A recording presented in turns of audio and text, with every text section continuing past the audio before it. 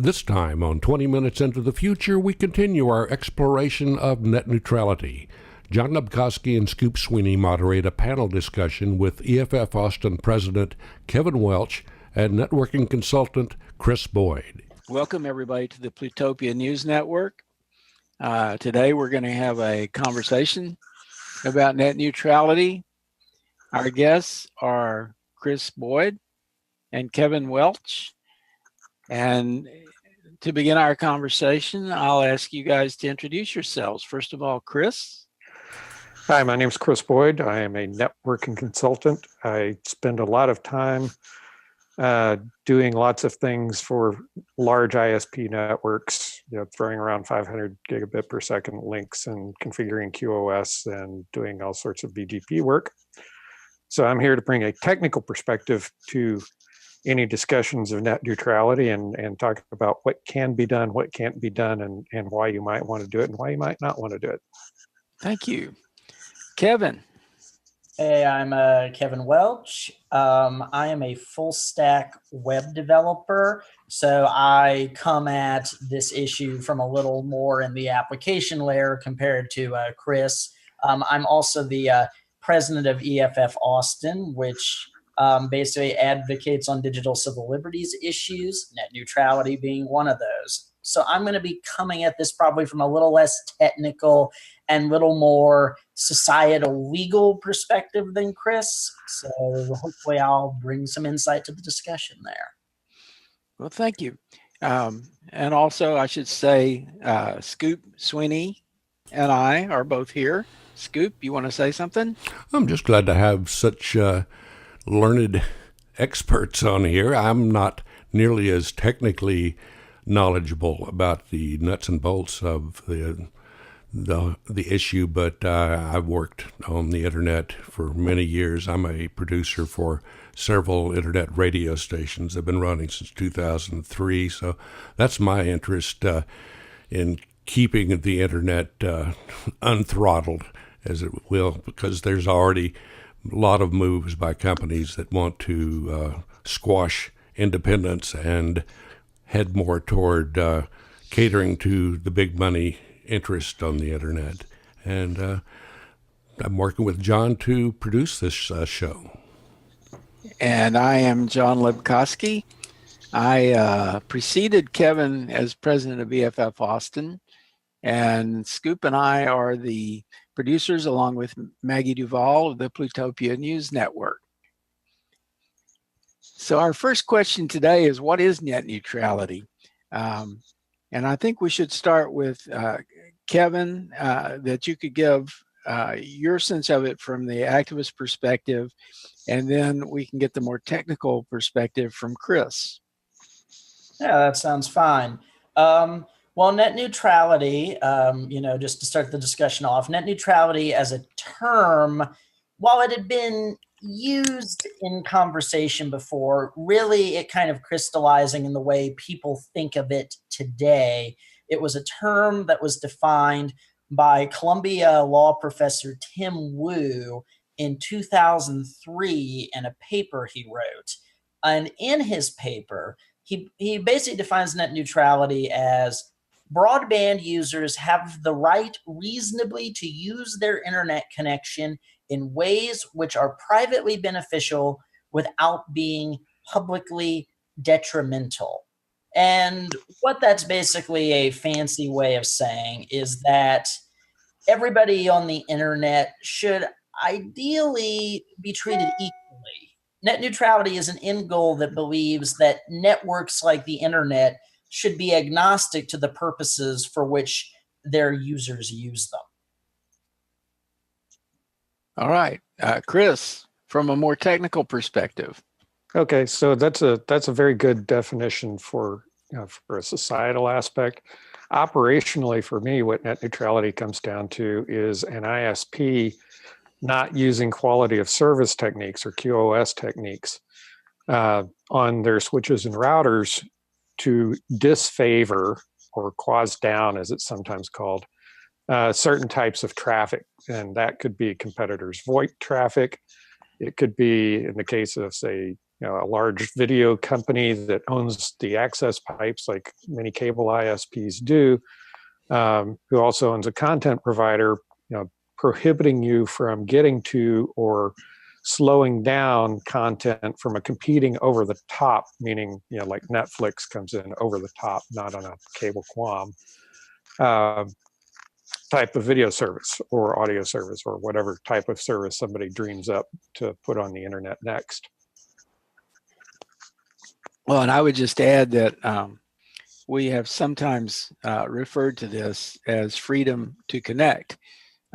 David Eisenberg actually ran a conference in the DC area for several years called Freedom to Connect, and it was focused on net neutrality and on the concept that everyone should be able to connect to the internet and have a reliable expectation that they can reach anyone else or any other point or destination on the internet without disruption and without lag. Of course, there can be lag that is caused by congestion or technical issues, but this was about purposeful disruption of access to parts of the internet. Right, and actually, I think this could be your point there, along with Chris's points about quality of service, could be a good opportunity to sort of springboard a little bit into why around 2003 some of this debate really started gaining steam and some of these issues started getting discussed. As Tim Wu talks about in his original paper, one thing that was motivating actually the desire for some people to potentially introduce quality of service issues was that, Tim Wu makes an interesting point in his paper that the internet is not always in its design choices as truly content neutral as is often portrayed. Specifically, the internet was designed such that it favors applications that basically don't have latency concerns, because the internet basically promises that data will get to its destination in a reasonable amount of time. But the core technology does not promise a way to route data in the fastest way possible necessarily. And for applications like streaming video that need a guarantee of quality of service, the network actually could be seen in its physical design choices to disfavor such an application. I tend to disagree with that type of statement.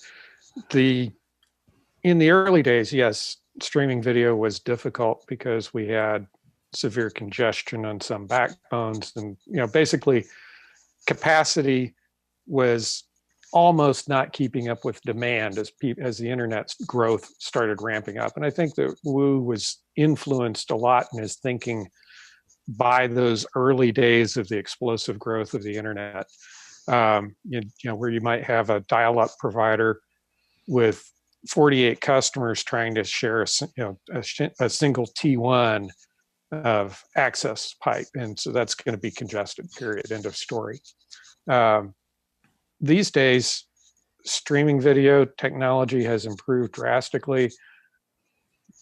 Access costs in the wholesale market are just about nearly zero. If you can get to one of the major interconnect facilities, you can exchange traffic for very, very low prices at extremely high speeds. 10 gigabits a second, 40 gigabits a second, 100 gigabits a second, and at the ISP scale wholesale level.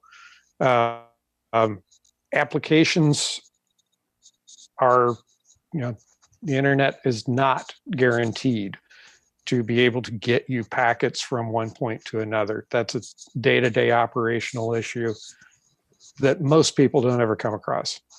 It does not guarantee deliverability. It doesn't guarantee that there won't be packet loss. It doesn't guarantee any kind of thing. So that's up to the application layers on going end to end to actually deal with. And so if the applications are designed correctly, they can deal with the packet loss, they can deal with the latency, and they can still deliver good service, end user service experience, even if there are underlying congestion and issues.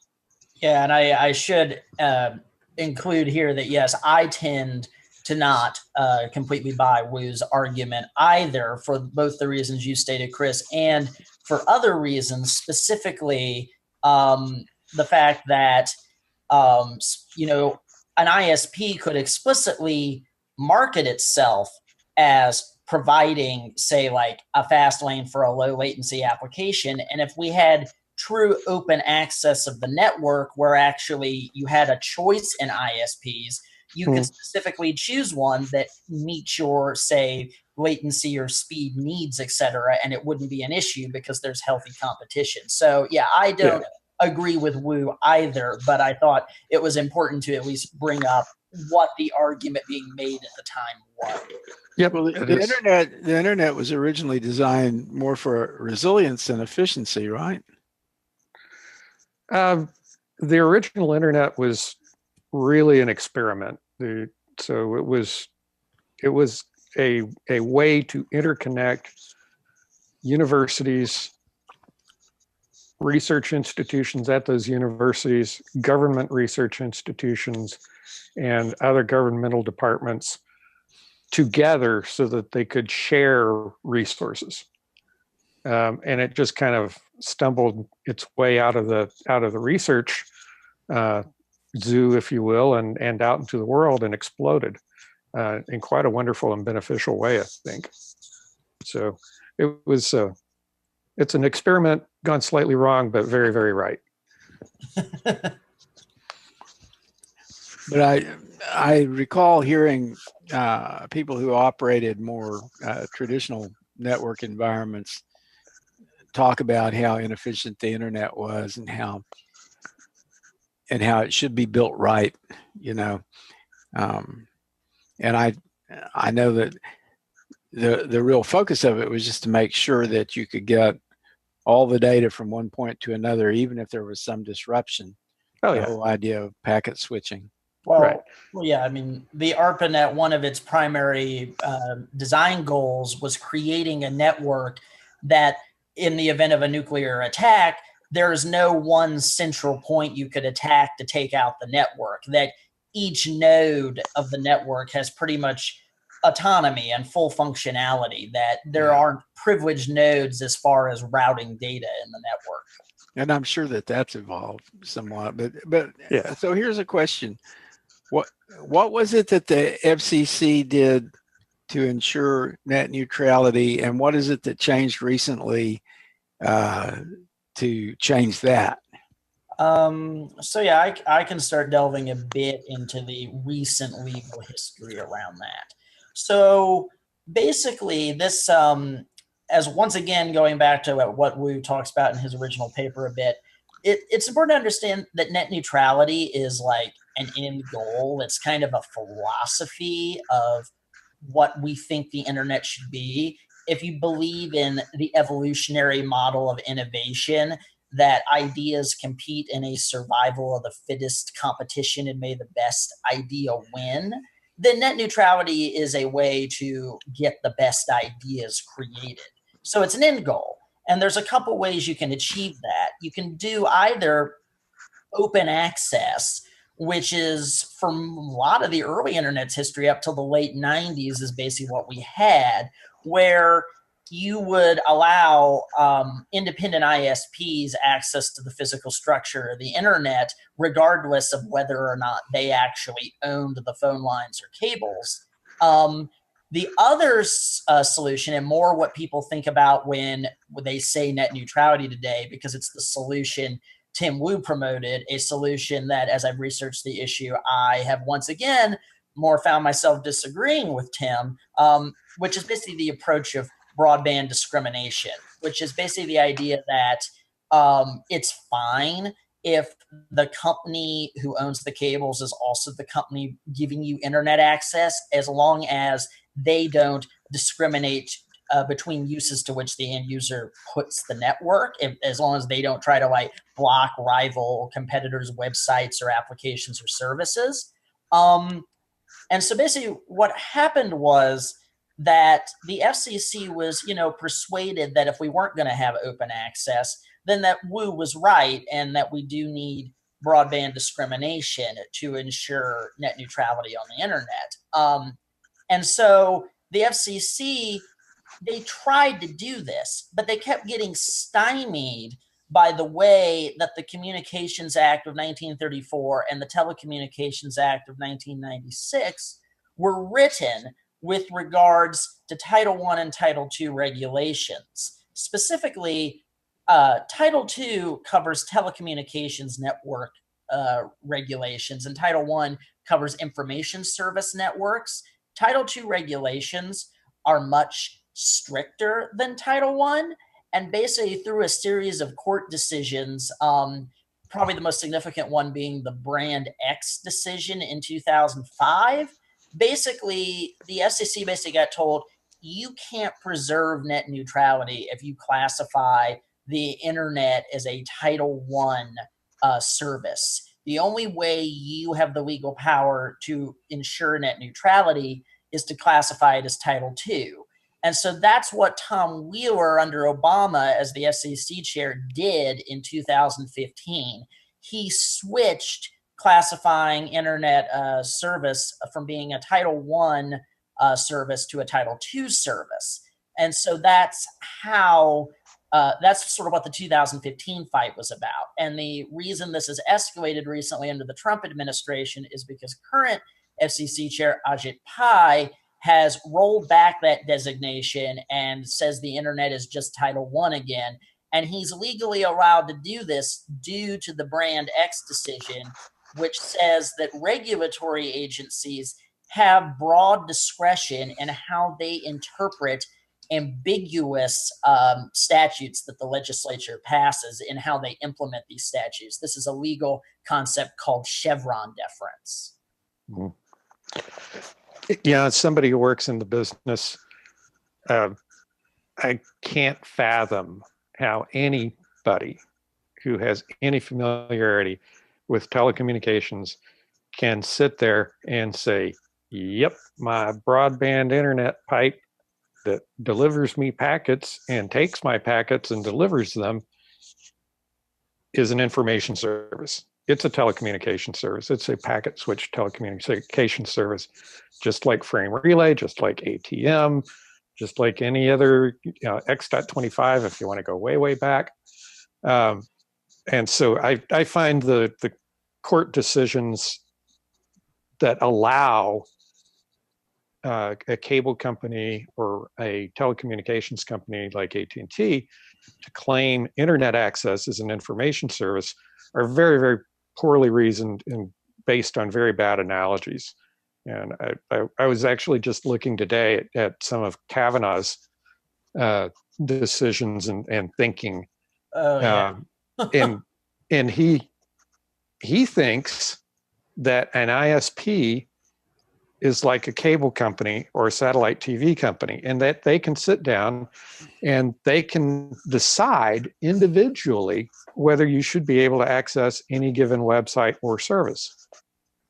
And he bases that on the analogy that the internet service provider is like a cable TV provider, and cable TV providers, well, they can sit down, they can look at every one of the 600 channels or 700 channels or 10,000 channels that are available in the marketplace and decide which ones they're going to put on their system.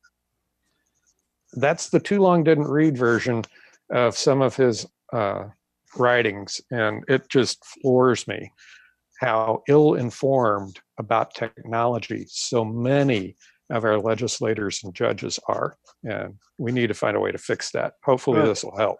Yeah, I mean, this was the problem that was at the genesis of the Electronic Frontier Foundation, was that it was clear that people who make policy don't necessarily understand technology, yet they would be called on to create policy about technology. Yep. Yeah, exactly. In fact, I was probably reading the same ars technica article about Kavanaugh that Chris may have been reading. But yeah, I actually clicked through all the way through to his actual decision, and it was just kind of like, what? No, I mean, it's the flaw in logical reasoning is the fact that somebody is being proposed to be a Supreme Court justice would be making this basic illogical mistakes is frankly kind of scary.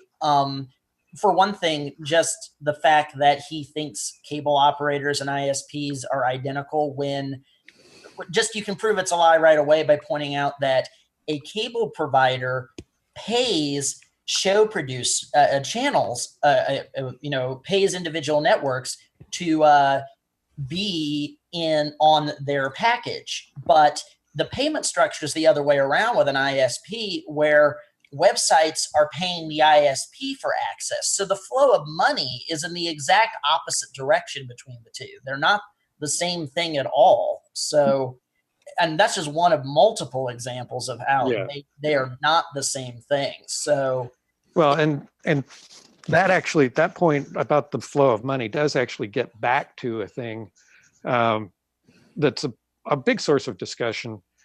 I don't know if you've ever heard of this, but there are eyeball networks and there are content networks. And I think it's pretty clear from the names what those two things are. So, content networks are companies like, Facebook and Amazon and Netflix and, other companies that you've never heard of, like Limelight Content Distribution Network. And so there are all these companies out there that pay their ISP to take their bits and deliver them to the eyeball networks. And this is where the guy that used to run Bell South, I can't remember his name off the top of my head, he was always strutting around and thumping his chest and saying, I need to get paid for that traffic getting to my customers. You guys out there on the CDN side need to pay me. I believe you're talking about Ed Whitaker. If I'm not mistaken. That's the guy. Yeah.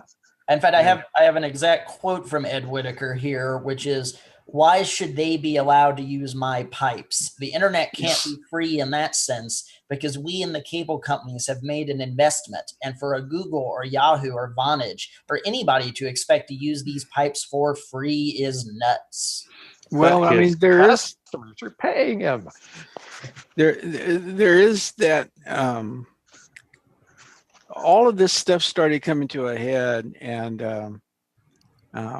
the concern about net neutrality started sort of bubbling up like a volcano, really, as more and more money poured into the networks. And I mean, when we were many of us using the internet in the early 90s, there wasn't a lot of money in it, and we could see the potential, but the potential was not realized.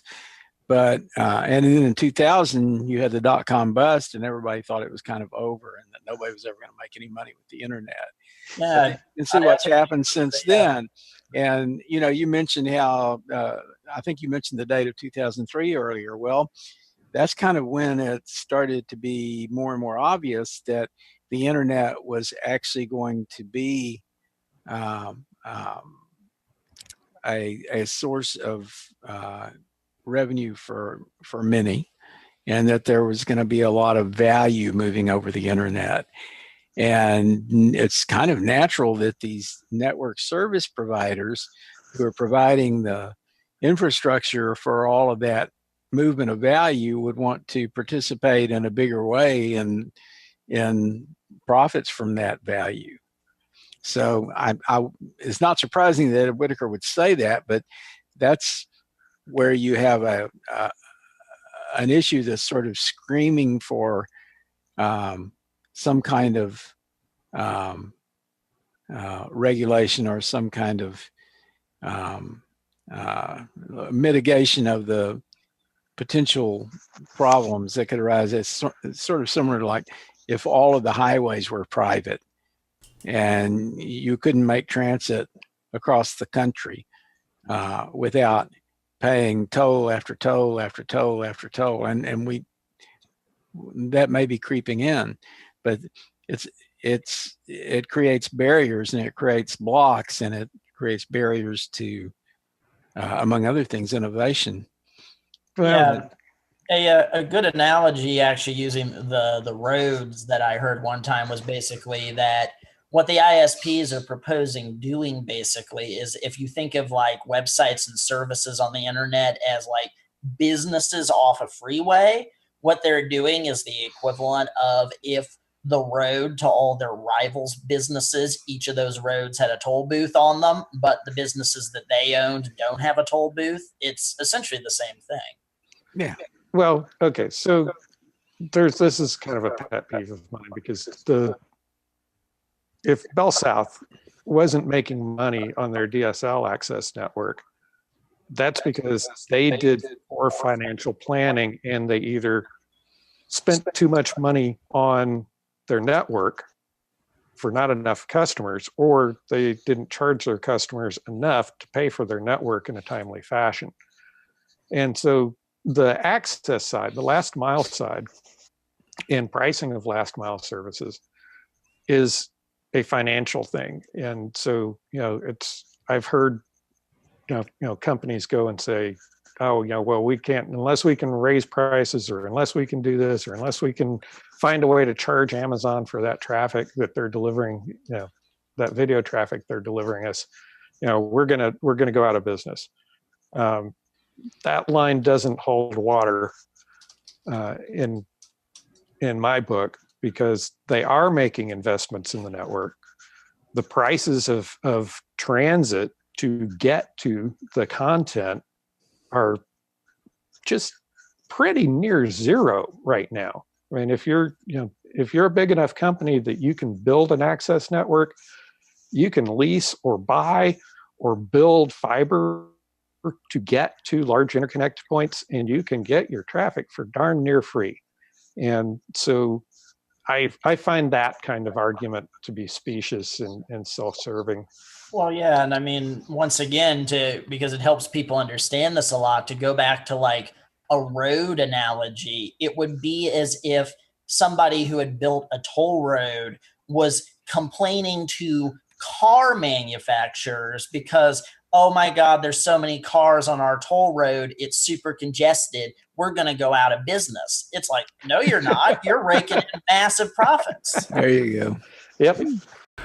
Some of the things I've been reading lately, especially stuff from the FCC and from PI's people, was blaming net neutrality for a slowdown in the deployment of rural broadband. And that sounded kind of strange, as some of the things they cited. One objection to that was that they had basically reached the point of no return for deployment into the rural areas, because when you have like one house per square mile, it's just not worth the money that it would take to roll out a network out there. And they suggested that carriers were curtailing their spending on upgrading and expanding their broadband networks because they feared regulations like net neutrality. Yeah, I've heard Pi make those arguments, and to be very polite, he's wrong. I mean, basically, Pi is not the only one among the broadband. Basically, the ISPs have raised this broadband investment canard time and time again. They argue that Title II regulations prevent expansion of the broadband network. This is ignoring the massive expansion of the internet that took place when even stricter open access regulations were in place, from the mid 70s with the Computer Inquiry Acts all the way through just past the Telecommunications Act of 1996. So even when the rules on what they could do were stricter, the network was massively expanded.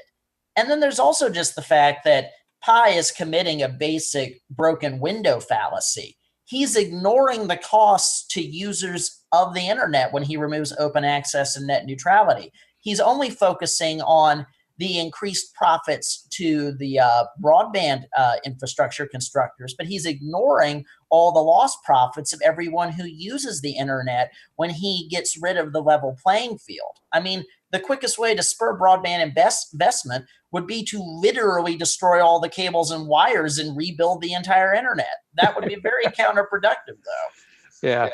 And if you want to see the state of broadband internet access in rural areas, I suggest taking a drive from Austin down to Houston on Highway 290.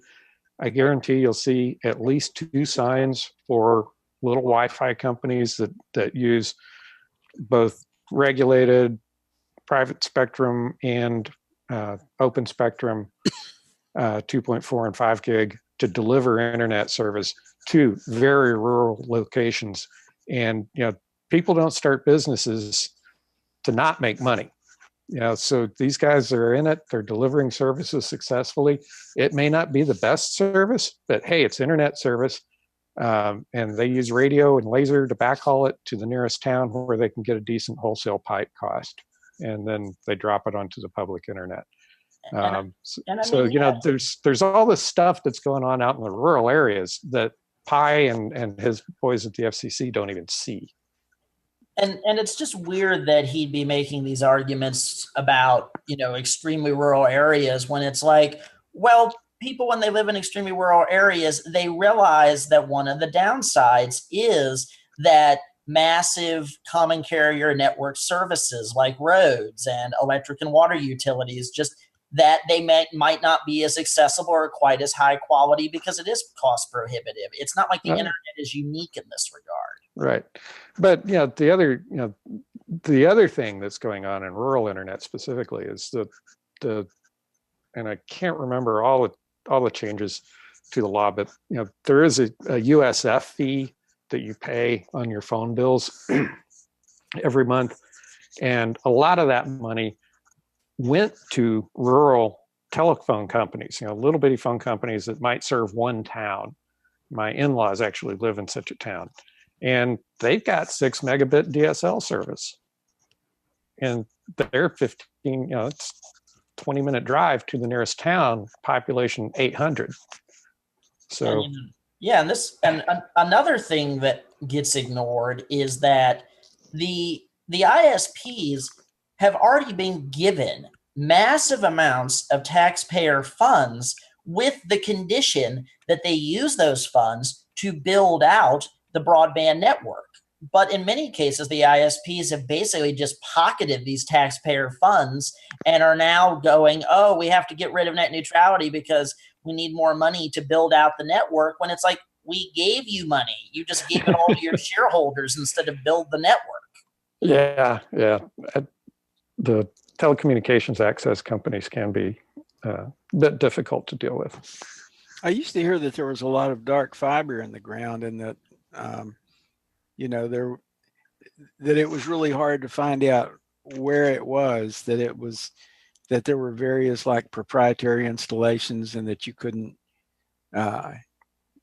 it wasn't mapped. There was no like common sort of map of all dark fiber, so that you kind of knew what was actually available and accessible.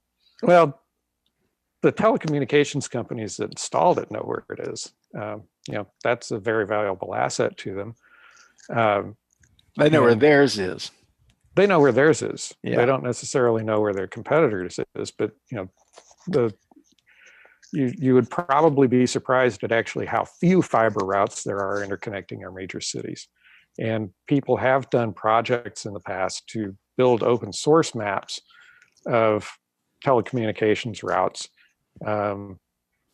Department of Homeland Security has had very interesting reactions to those projects in some cases.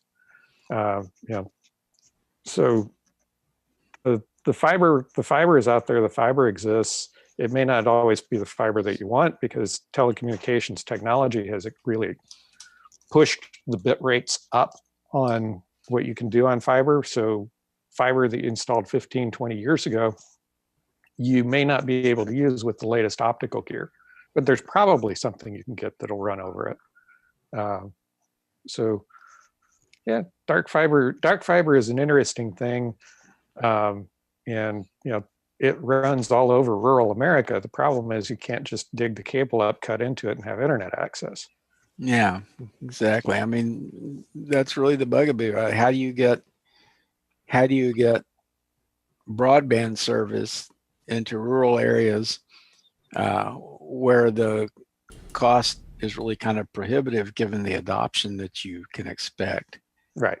I actually live in a rural area that right now my studio has access to only one carrier, and that's Spectrum Cable, or as my wife calls them, Speculum Cable, because they're not very nice. And I just have received all sorts of ads in the mail for like the satellite delivered internet, which I had a friend demonstrate for me, which scared the hell out of me because it was worse than wired, dial-up internet from the old days. It was so bad, and that seems to be a lot of stuff that's being offered out here is not really broadband. It's just like do-it-yourselfers doing some sort of connectivity. Mm-hmm. Yeah, that's how a lot of the wireless ISPs kind of got started. Yeah. I mean, we could go down a whole route of talking about the sort of evaporation of the community networking movement and how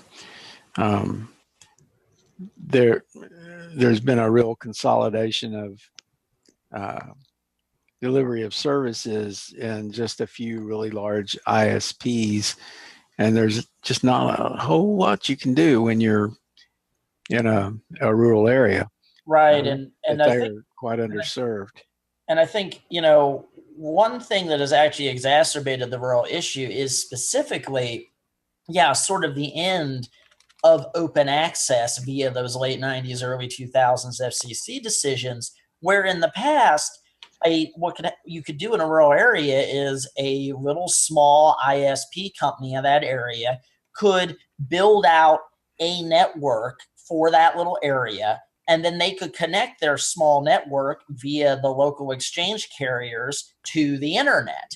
And, this would be profitable for the little ISP to do, and it'd be a small enough network to build that they could do it, and they'd be serving that market, and they'd still be of value to their end customers because they have access to the whole internet. But now that the big ISPs are basically able to say, we own our wires, you can't connect to our wires or use our wires, it's prevented this as a solution. It's made it where even people as rich as Google are taking forever to roll their own internet out because they can't share the wires. They have to build their own cable network. So yep. I think before we get to the end of our conversation, we should talk about what do we do now? I mean, how do we respond to the FCC decision, and what action might we take? I don't know that there's any kind of legal response that you could do right now. I think you may just have to wait for some executive to do something boneheaded, like block access to Vonage or something like that, and then you sue. Because then you will have people who have had harms done to them, and so I'm sure that a lawyer can find some way to sue and get that changed. Is it accurate to assume that, at least so far, this seems to be the case, that the carriers are not necessarily going to stop respecting net neutrality just because the FCC made this change? And in fact, that they do see the value of it and avoid disruptions. There are certain legal routes we could potentially take. Like currently, because there has been ruled this ambiguity as far as classification of the networks. Basically the FCC can currently just keep going back and forth with the classification at the whims of whoever the current FCC chair is. We could potentially take a legislative approach where we could try to pass laws that unambiguously state how this stuff has to be regulated. Now, getting those laws passed, I'm not optimistic given the current administration, but that is one thing you could do to remove the ambiguity and say, nope, this is how it needs to be regulated. Yes, you could explicitly say, these are Title II common carriers. But the other thing you've got to keep in mind is that for an ISP to mess with somebody else's service it actually costs them money. And they have to go pay an engineer to go look at the service that they're going to mess with. They have to reconfigure a bunch of switches and routers. They have to roll out those configurations during maintenance windows. They're going to break something, and then they're going to have to fix it. They may have an FCC reportable outage if they're trying to mess with VoIP. So, why take the risk? Is what I tell a lot of people is, why would an ISP take the risk to mess with somebody else's service who is at best a marginal competitor to them? So I don't see them as wanting to do it. The thing that does concern me, though, is you now have Comcast Universal, which is a vertically integrated company. So they produce content, they distribute content, they own networks that the content is distributed over, they own the last mile network to deliver that content to their customer. AT&T is trying to do the same thing with their purchase of the Time Warner video and movie studio assets. And so, what's going to happen, someday is that, oh, I can't watch the Super Bowl because I'm on Comcast and AT&T won the rights. Yeah. It's going to take us a long, long time to get to that point, but that's kind of the path we're heading down. And so it's going to be interesting to see who gets big enough and gets a big enough bite of the market to think that they can get away with it. That's the thing that's going to be interesting.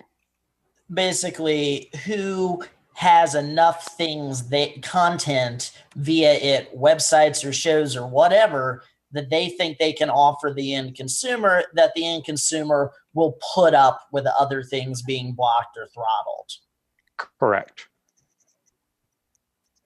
So, so do you ultimately, there's that picture that gets passed around that says this is what the internet looks like without net neutrality, and it basically is like cable packages where you pay more to buy more bundles of different websites. Do you see that being where they ultimately take this? I think that's where they ultimately do want to get this. I run across executives in the business that say, that still talk like Whitaker did and say, well, I got to figure out some way to get Amazon to pay me, or I got to figure out some way to get Netflix to pay me. But, their engineers are sitting there saying, look, we don't pay, we're not paying anything to get Netflix content. We get the Netflix content onto our network for free. In fact, Netflix is paying us to have access to our local exchange carrier.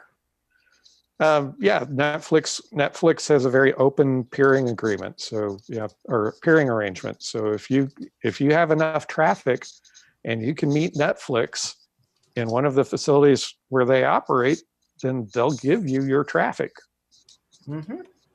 So it's an interesting arrangement, because if Netflix is effectively paying that ISP by lowering their costs to receive Netflix traffic.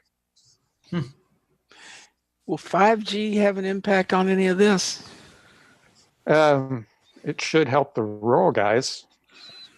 I'm still waiting to see how 5G is going to shake out. I think that 5G may ultimately drive fiber a lot deeper into our network, our access networks, just because the cell sizes are going to be smaller so that they can deliver the high bit rates. Yeah, I guess the one issue there is that it's going to be metered service, which means for some people it might be unaffordable. Huh? Yeah. And I'm curious, Chris, once again, this is a place I'd be curious your technical expertise take on it. Ultimately, all this comes back to the issue that most networks, via they road networks or power networks or telecommunications networks, they function as natural monopolies because the cost of building the infrastructure of a network is so high. Do you see much promise in are we going to eventually be able to figure out a way to make it vastly cheaper to build the actual physical network of the internet, sort of rendering this whole problem moot? Unfortunately, I doubt it. You still have to pay somebody to go dig a trench and bury a fiber. You still have to pay somebody to climb a pole and hang a fiber. What are your thoughts about like mesh networking as a solution? Mesh networking is, you want to talk about packet loss and latency.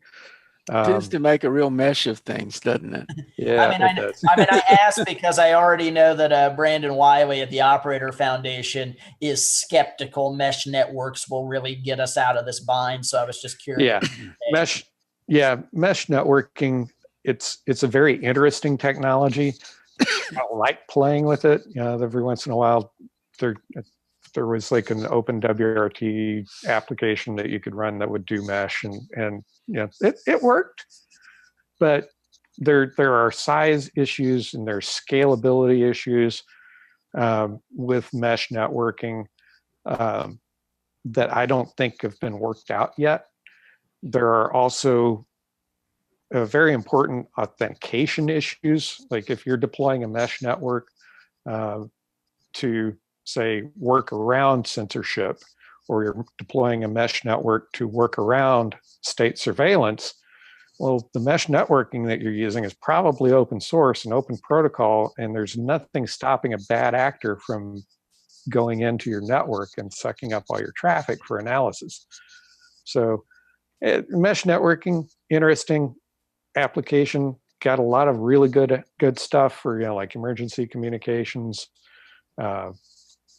natural disaster type of communications, things like that, where connectivity, even if it's low bandwidth, is extremely useful and life-saving. But I don't think it's going to ever be able to watch Netflix in 4K.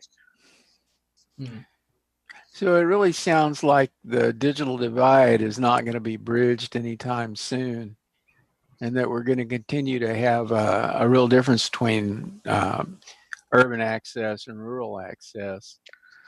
And part of it is just physics. I mean, physics and finances.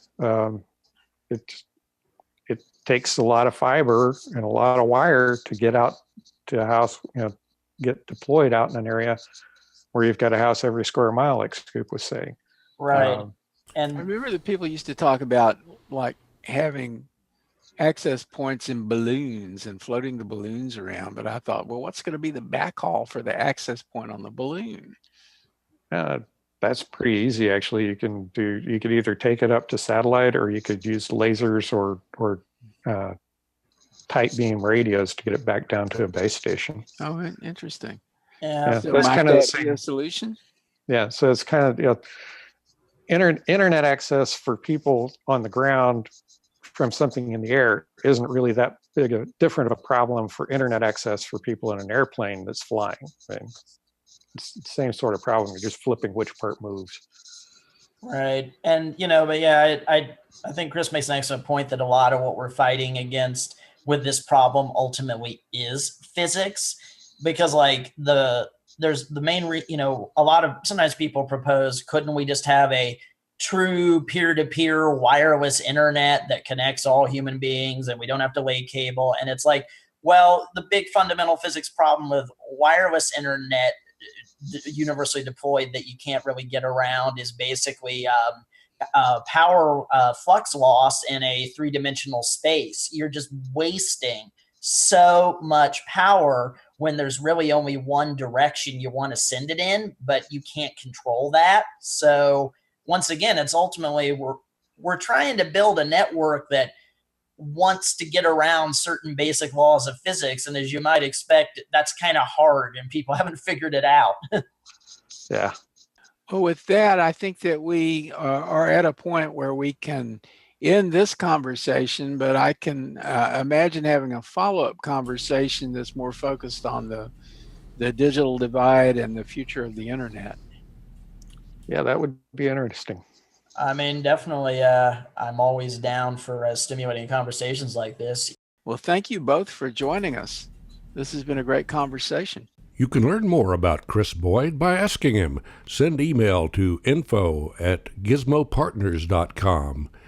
Information about Kevin Welch and EFF-Austin can be found at EFF-Austin.org. Next time on 20 Minutes into the Future, we speak with climate scientist Michael Tobis on climate change and the future of our environment. With John Lebkowski, I'm Scoop Sweeney, and this is the Plutopia News Network, 20 Minutes into the Future.